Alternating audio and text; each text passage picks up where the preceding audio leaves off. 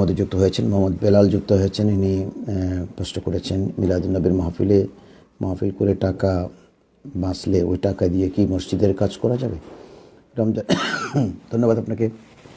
আসলে বিষয়টা হচ্ছে এরকম যে আপনারা মিলাদুন্নবী মাহফিলের জন্য চাঁদা উত্তোলিত করেছেন, এটা তো মসজিদের জন্য আপনারা টাকা নেননি। যারা যখন চাঁদ থেকে টাকাটা উত্তোলিত করেছেন তখন মিলাদুন্নবী মাহফিলের জন্য নিয়েছেন। তো সুতরাং এটা মসজিদে লাগানো অনুচিত, বরঞ্চ আপনারা একটা ফান্ড করে রেখে দেবেন এবং আগামী বছর আবার যখন মিলাদুন্নবীর মৌসুম আসবে আগের চেয়ে আরও সুন্দর, আরও ঝাঁকচমকপূর্ণ, আরও বেশি বৈশিষ্ট্যমণ্ডিত পন্থায় ঈদে মিলাদুন্নবী উদযাপন করবেন। পাশাপাশি আপনাকে একটি বিষয় আমি বলে রাখি যে ঈদে মিলাদুন্নবী উদযাপন করবার জন্য আমরা অনেক সময় দেখি আমভাবে টাকা পয়সা উত্তোলন করি, মানুষকে জোর জবরদস্তি করি, ঘরে ঘরে গিয়ে বলে দিই যে আপনাকে 500 টাকা 1000 টাকা দিতে হবে। কেউ তার কমে দিলে তার সাথে আমরা খারাপ ব্যবহার করি অথবা তাকে আমরা তাবারক দেই না। এই বিষয়গুলো আপনি এড়িয়ে যাবেন।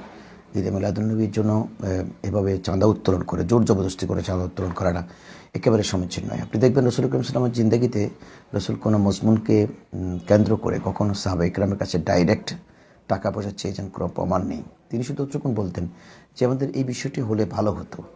অর্থাৎ যেমন বীরের উমা ক্রয় করবার সময় বীরের উমা যখন মুসলমানদের জন্য প্রয়োজন ছিল তখন তিনি শুধু সাহাবা ইকরামের মজলিসে বলেছেন মদিনার এই কুফটি আমাদের জন্য হলে ভালো হতো। কিন্তু তখন তো চাইলে তিনি ওসমান গনি জিন্নারকে ডেকে বলতে পারতেন যে ওসমান গনি জিন্নারেন, তুমি তো অনেক টাকার মালিক, তুমি আমাদের জন্য এই কুফটি কিনে দাও।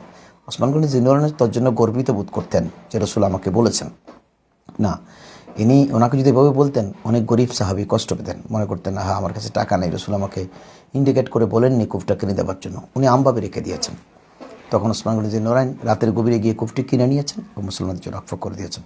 আল্লাহ রসুল তার জন্য তার বিনিময়ে একটি জান্নাত প্রদান করেছেন। এই জন্য আপনারা যখন ঈদে মিলাদুন্নবীর জন্য টাকা পয়সা উত্তোলন করবেন আমভাবে ছেড়ে দেবেন যে আমাদের কিছু পরিকল্পনা আছে, কিছু বাজেট আছে, আপনারা যেভাবে পারেন শরিক হবেন। তখন দেখবেন সমাজের উচ্চ নিচু সবাই শরিক হতে পারবে। আর তাবারুক বিতরণের ক্ষেত্রে অল আর ইকুয়াল চিন্তা ভাবনা করবেন। যিনি 100 টাকা দিয়েছেন তাকে আপনি কম দেবেন, যিনি 1000 টাকা দিয়েছেন তাকে বেশি দিয়েছেন। এগুলোকে তাবরুক বিক্রি করার জন্য তো ঈদে মিলাদুন্নবী করা হচ্ছে না, বরঞ্চ সবার ফান্ড থেকে যার ঘরে যেরকম হয়তো সদস্য আছে সেভাবে আপনারা তাবারুক বিতরণ করবেন, অথবা মহিলাদের জন্য ঘরে ঘরে দিয়ে দিবেন, আর যারা ময়দানে আসতে পারে তাদের জন্য ময়দানে বসে খাওয়ানোর ব্যবস্থা করবেন। এর মধ্যে ইসলামী সম্প্রীতি বৃদ্ধি পাবে। আমরা এখন ফুটরিতে করে পলিথিনে খাবার দিয়ে দিই, সেই ঘরে নিয়ে খায় অথবা বিক্রি করে দেয় অথবা আত্মীয় বাড়িতে পাঠিয়ে দেয়। না, আপনি যদি ময়দানে একসাথে বসে খাবার অ্যারেঞ্জ করে থাকেন তাহলে কিন্তু ধনী গরিব বৈষম্য সেটা দূর হবে, সর্বস্তরের মানুষ এসে বসে খাবে। এটা ঈদে মিলাদুন্নবী তাবারুকও খালো, ইসলামী সম্প্রীতিও বৃদ্ধি পেল। আশা করি বিষয়গুলো বিবেচনা নেবেন। আপনাকে সুন্দর একটি প্রশ্ন করবার জন্য ধন্যবাদ।